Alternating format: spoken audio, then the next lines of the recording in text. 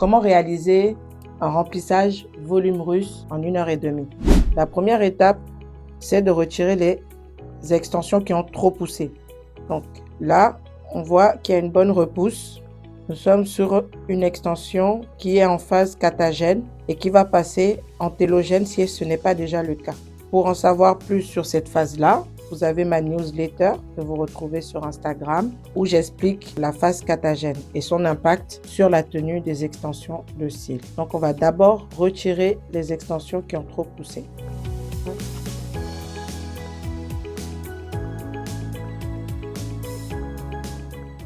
On retire principalement ceux qui sont trop visibles à l'œil nu tout de suite, donc comme les deux que je viens de retirer. Pour gagner du temps, on ne va pas tous les retirer en même temps. Les autres seront retirés au fur et à mesure de la pose. Donc quand je commencerai ma pose à poser de nouvelles extensions, au fur et à mesure quand j'arriverai dans une section où l'extension a trop poussé, je vais retirer cette extension. Ça permet de gagner du temps. Parce que si vous devez retirer toutes les extensions qui ont trop poussé, vous allez mettre énormément de temps et parfois même retirer des extensions qui pourraient rester encore un peu plus. Donc, il est important d'avoir de bonnes pinces parce que ça glisse. Les extensions glissent dans la pince et ça aussi, ça fait perdre du temps. Il y a différentes façons de retirer les extensions. Lorsque vous essayez par le bas en prenant votre pince comme ceci et la deuxième qui vient tirer sur l'extension, c'est compliqué. La deuxième façon, c'est de retirer poil à poil.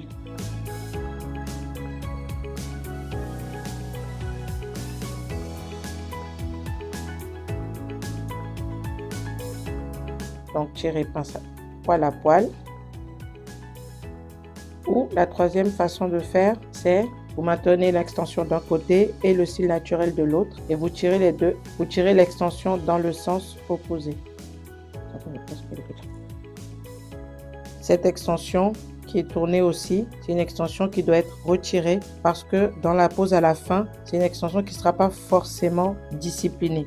Si vous remarquez que l'extension se retourne tout seul un peu trop fréquemment lors de votre travail, retirez cette extension parce que ça va créer une disharmonie à la fin de votre pose. Le résultat ne sera pas totalement joli et ça va déranger la cliente lorsqu'elle va pousser ses extensions. Retire aussi certaines extensions du coin interne qui ont trop poussé.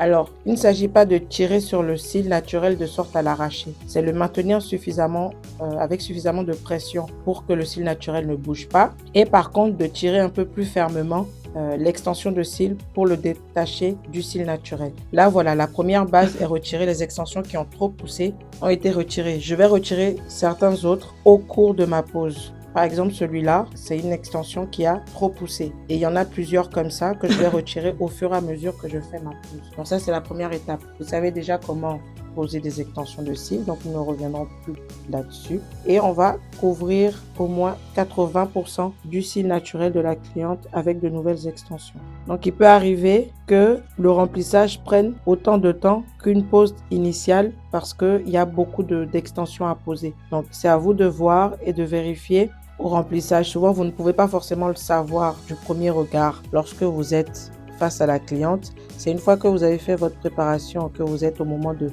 commencer à poser de nouvelles extensions, que vous pouvez vous rendre compte de la surface à couvrir et que ça peut vous emmener à faire presque une nouvelle pose. C'est à vous de voir aussi la tarification que vous allez appliquer à ce moment-là. Moi, j'ai une tarification qui est plutôt classique. Elle coûte un peu moins cher que la pose initiale et ça, c'est pour récompenser la fidélité de la cliente parce que parfois, ça me met autant de temps qu'une nouvelle pose. Mais là, on va mettre un peu moins de temps quand même.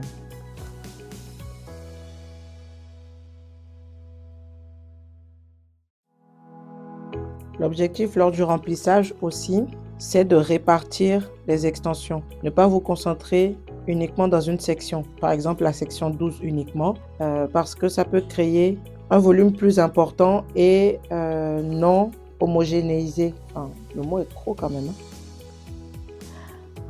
On peut avoir beaucoup plus de cils dans une partie que dans l'autre. Or, pour un bon remplissage, il faut qu'il y ait assez d'extensions un peu partout sur la paupière, le long de la paupière. Donc, d'abord, je vais me concentrer sur les parties effectivement où il y a beaucoup plus d'extensions en moins. Là, dans ce cas-là, c'est la section 12. mais je vais mettre un peu partout dans la section 12. Et ce geste-là, je vais le reproduire plusieurs fois jusqu'à obtenir le résultat final. Je vous montrerai le résultat final à la fin. Et donc, si cette vidéo vous a intéressé, vous a plu et que vous voulez en savoir plus, mettez un pouce et n'hésitez pas à vous abonner pour plus de vidéos. Voilà.